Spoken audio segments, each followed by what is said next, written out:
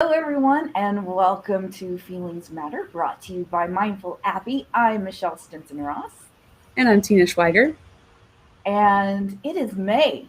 And here in the US, it is also Mental Health Awareness Month. And I want to take a moment to call that out for several reasons. Number one, mental health awareness is extremely important to us here at Mindful Appy. So we definitely want to acknowledge and pay attention to that. I also wanted to let people know that this month's programming for Feelings Matter is also aligned with Mental Health Awareness Month. We're talking about moving from one emotional state to another today. We've got a really great guest coming up later this month to talk about suicide prevention and making sure that people know that they're not alone, that they do fit in. So there's a lot going on, and I want to make sure that we honor the fact that it is Mental Health Awareness Month. We want to make sure that we're doing our part to remove the stigma of seeking out help for um, emotional and mental health issues, all that kind of good stuff. Tina, do you have anything you want to say as far as that goes?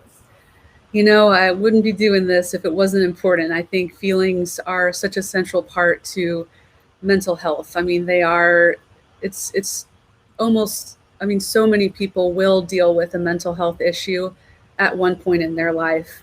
I would say most of us, there's a good number behind that, but it is at some point in our life, it will touch us Or and has already touched us. or has already touched us.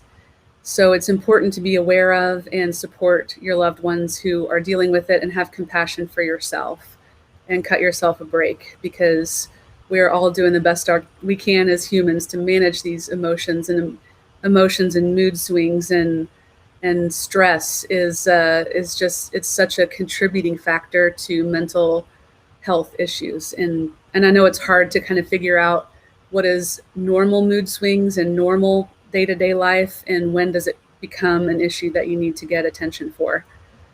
And as part of that, I want to make sure that everybody has access to the NAMI helpline at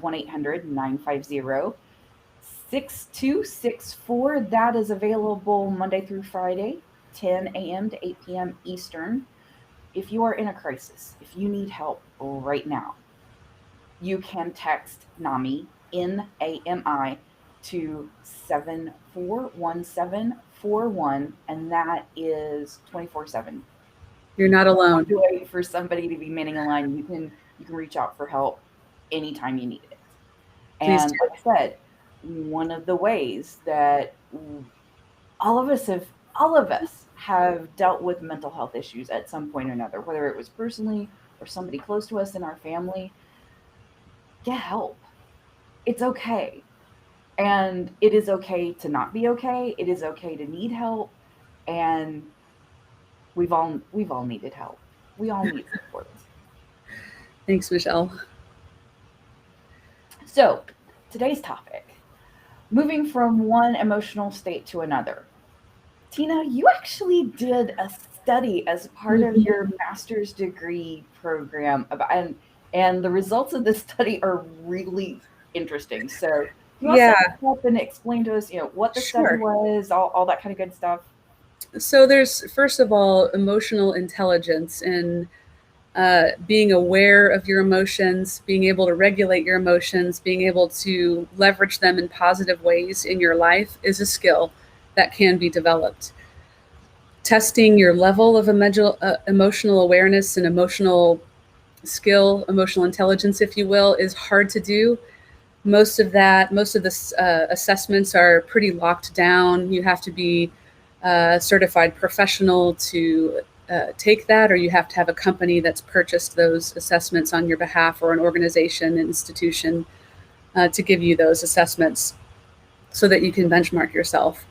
My goal, especially with Mindful Appy and especially with talking about Feelings Matter, is to start making that benchmarking process more accessible to people so that they can truly understand where am I now in that emotional intelligence process and where do I want to be and how do I get there.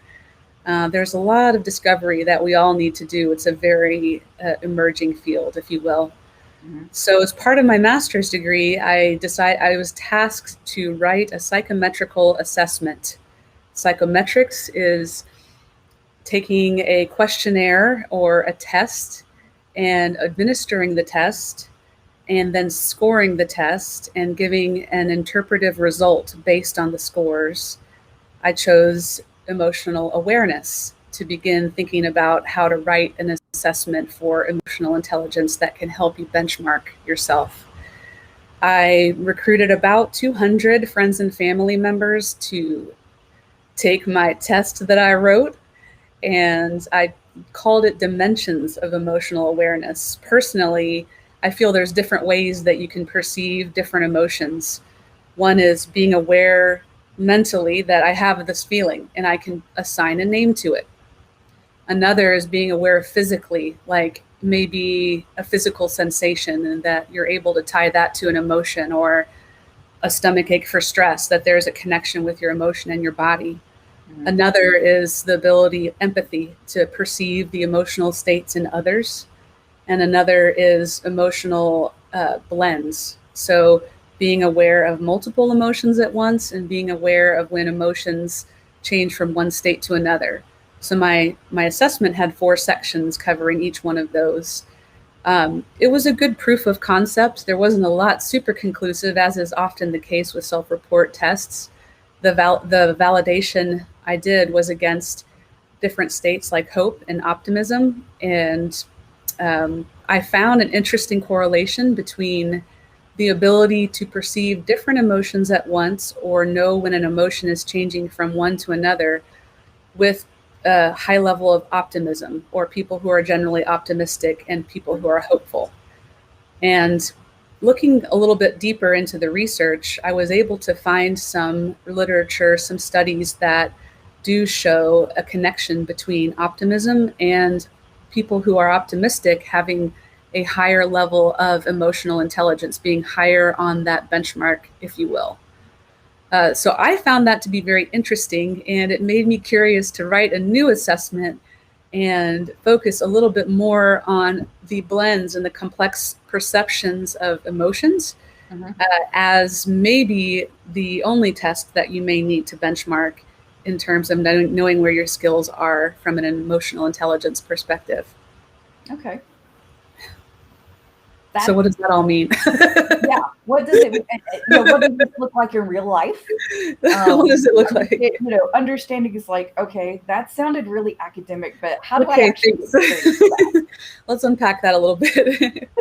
So I would say that if you have a tendency to look at the sunny side, if you're rose-colored glasses, if you're optimistic, okay, it's likely that you have a higher emotional intelligence. Your skills and social emotional competencies are higher, and your ability to perceive emotions as they change from one to another and name those is more acute, is better.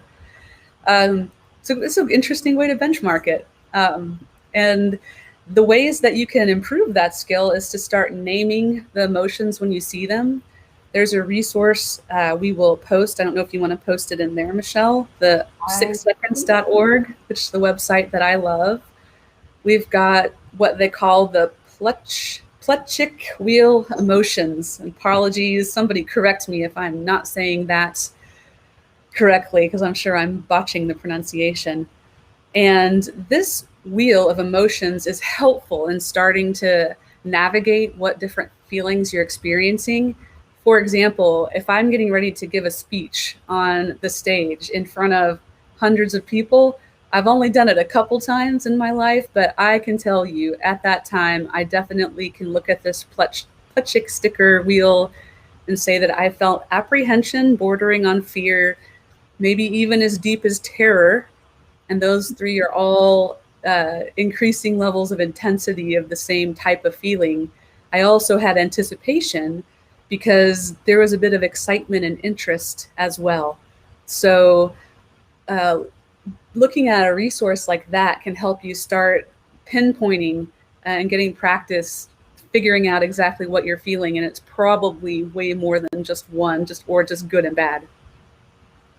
So how Certainly. has it applied in your life, Michelle? Uh, Public speaking, certainly for me as well. I will say that over the years, I've probably gotten up on stage and yammered away more than you have. Yeah. At this point, I'm pretty fearless about that one. And I think a lot of people can relate to that, you know, kind of, oh, that's a scary thing to have to do. You're putting yourself out there. That's the bravery of being vulnerable, right? I'm gonna step out here where everybody can see me, judge me. All so yeah, there's usually a blend of emotion. For Yeah. me, a lot of it is more not so much that I'm afraid to get up in front of people anymore, but that I want to be sure that my audience that's listening to me, that they are carving out time in their busy day to pay attention to me, that they're getting value from it.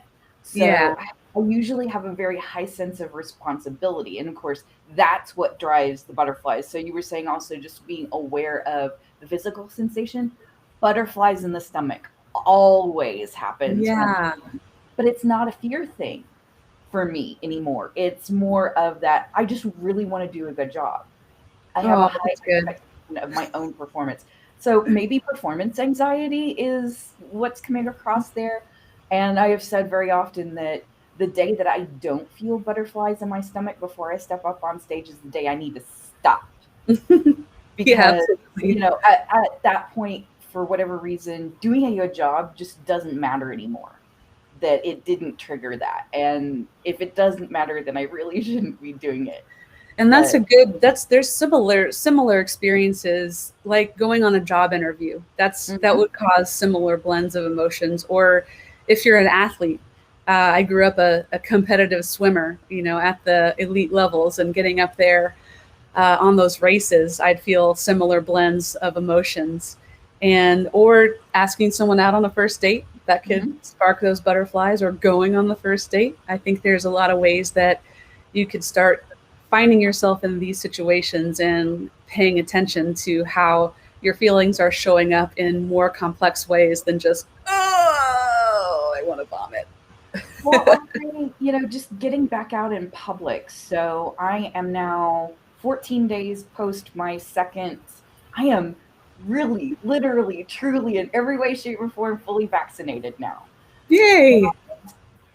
Yeah, there's still an emotional experience with testing the waters and trying new things because I now feel safer that I can.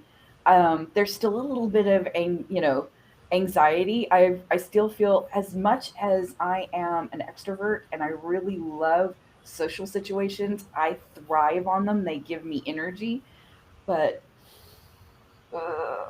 there's That's still sometimes interesting you like bring that up. there's this combination of I'm excited, but I'm also anxious. I re-entering society after COVID, and right in the middle of Mental Health Awareness Month, I am the opposite of you. I don't feel comfortable in those situations, and it drains my energy. I went to one of the outdoor parties full of people who are vaccinated that you're allowed to go to without your masks now. And I had a very acute sense of social anxiety. And Mhm. it was situational because it's been, oh my gosh, a year since I've been in a crowd of people without masks on. There's like, oh my gosh, I don't have my mask on. This like immediate fear that sparked. And then my mind, because I'm not thriving on those situations, is very panicking about. And I found myself just like walking and just, I'm going to go sit down over here for a little bit and collect myself. So if Mhm. if you find yourself in that situation when you do start re-entering society, it's completely normal. I felt that Absolutely way completely myself. normal. And I think our point with all of this is that the more we can just slow down and be mindful of what we're experiencing, the better we're going to make our way through that transition. We get through these bumps in the road by just being a bit more aware. So for somebody they're like, "Oh, okay, this is kind of a new concept, but what could somebody do to maybe start understanding what's going on in one of those situations?" Give yourself a little space like I did and breathe, and simply clear your mind for a moment. If you can give yourself, there's actually the Plutchik's wheel that I gave you is a website called 6 Seconds. Hmm. Give yourself at least like a good 6 seconds of a pause and check in with yourself. Wow, I am feeling, and label it afraid. I'm feeling nervous. I'm feeling anticipation. I'm feeling excitement. Go through a little inventory list in your mind of all the emotions you might be feeling and Hmm. simply label them. Return to the activity that you're doing, and you'll return with greater mindfulness and awareness. And it's less likely that those emotions that can want your attention will drive you to, I don't know, say something you shouldn't say at the party or behave, in a way that you would later wish you hadn't. Or maybe just snowball out of control where you just like, I can't stay. I can't do this. I've Mm-hmm. had a few situations where I'm like, no, I'm going to turn around and leave. Which may be, which, at the end of the day, may be the smart thing to do. But at the same time, being able to slow down, give yourself a moment, breathe, gives you the space to make better decisions. Is this really so scary that I need to leave? Then let's leave. If it's not, then what's the next step? What Mm-hmm. Rather than letting that overwhelming emotion snowball into something that's out of control, we're backing up and being able to make choices about how we react to these emotional signals we're getting. Speaking of a mental health awareness month, a situation like that, if you're prone to anxiety, it could throw you into full on anxiety attack. I Hmm. mean, it is a big change if you haven't gone out and been around people without masks in a crowd or like a distance crowd outside, even. It's dramatic. And give yourself the permission to, what is it, the Irish goodbye? I think it's the ghosting. You can Right. give yourself permission to do any and above of those things, and everyone is going to give you a pass because we're all feeling the same thing. Hmm.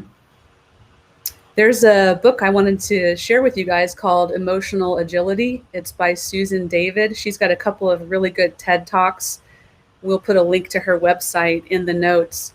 But she's really taking it to the next level. She's a really interesting take on a PhD in psychology. She's a psychologist and has written a lovely book about how once you're able to perceive different emotions and be aware of them, you can look to her book to find a roadmap to change the way that you show up in life, the way that you can reconnect with your purpose, and the way that you can use the emotional states that you move through on a day-to-day basis to move your life into the direction that you want it to. So I highly recommend that read.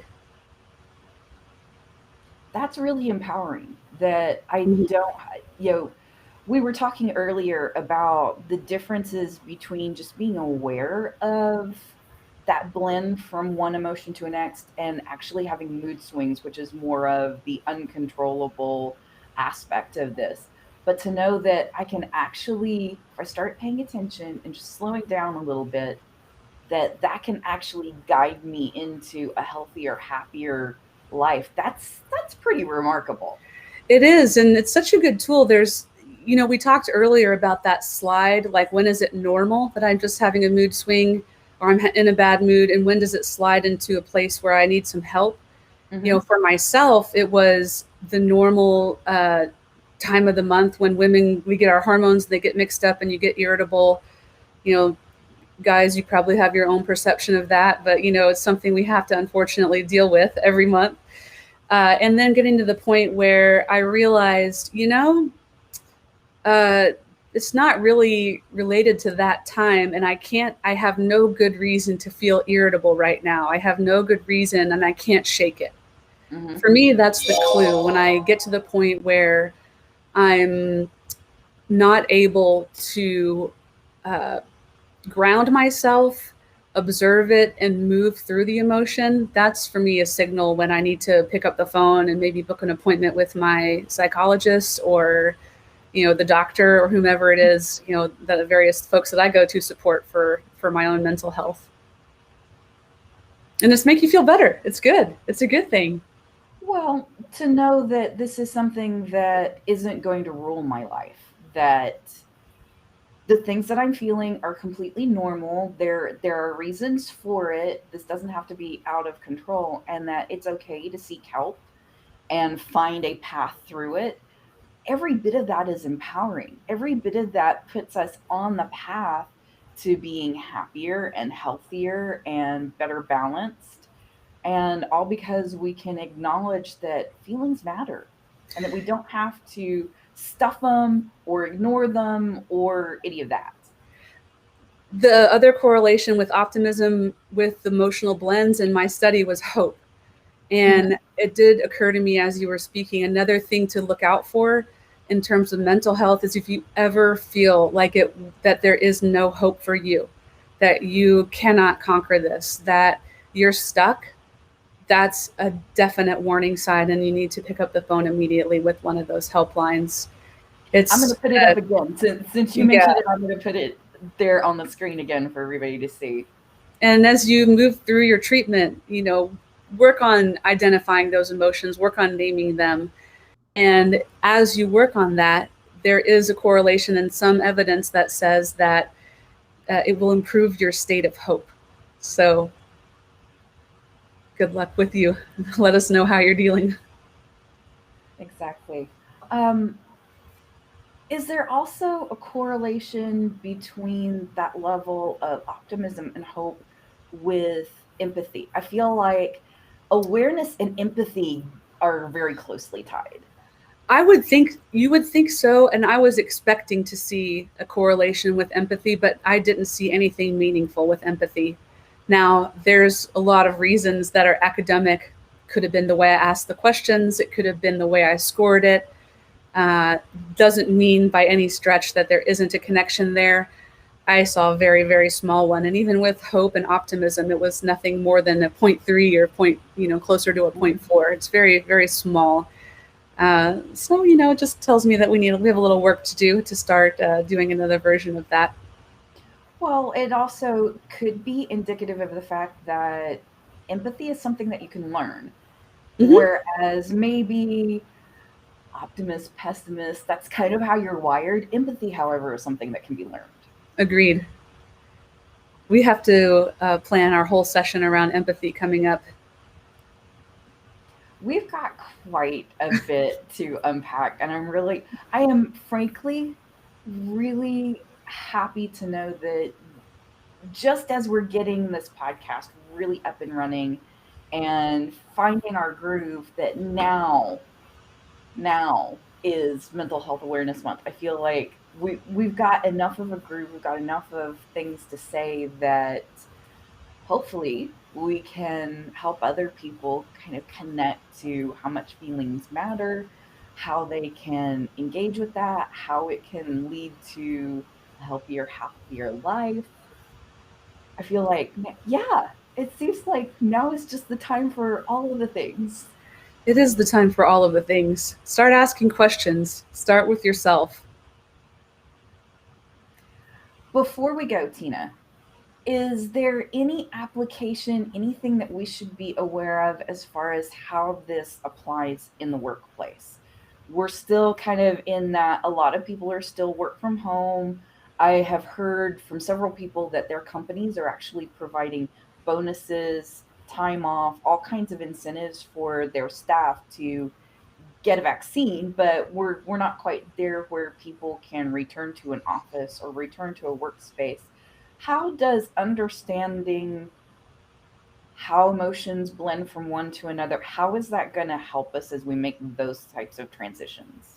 I would say it's most important for managers and leaders in organizations to pay attention to their staff. There is a lot going on right now, and now is the time when re-entry into the workplace, re-entry into the social sphere, changes, it's going to start piling up, and those complex emotional situations are going to come up.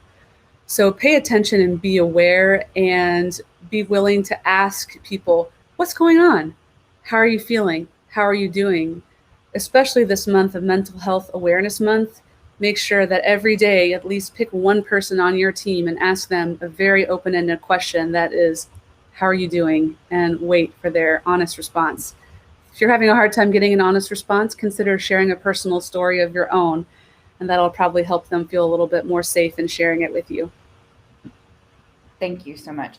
I feel like it's smart. I'm going to post this up one more time and mention that if you need to talk to somebody, if you need some help, you can reach out. The NAMI helpline, 1-800-950-6264, is available weekdays from 10 to 8 Eastern. If your need for help is much more immediate, you can always text NAMI, NAMI, to 741 741, and that's 24 hours a day, 7 days a week. You know, take care of yourself. Such a You great have, organization, such a great resource. Take advantage of it. Don't delay. Thank you. thank you, everyone, and have a great week.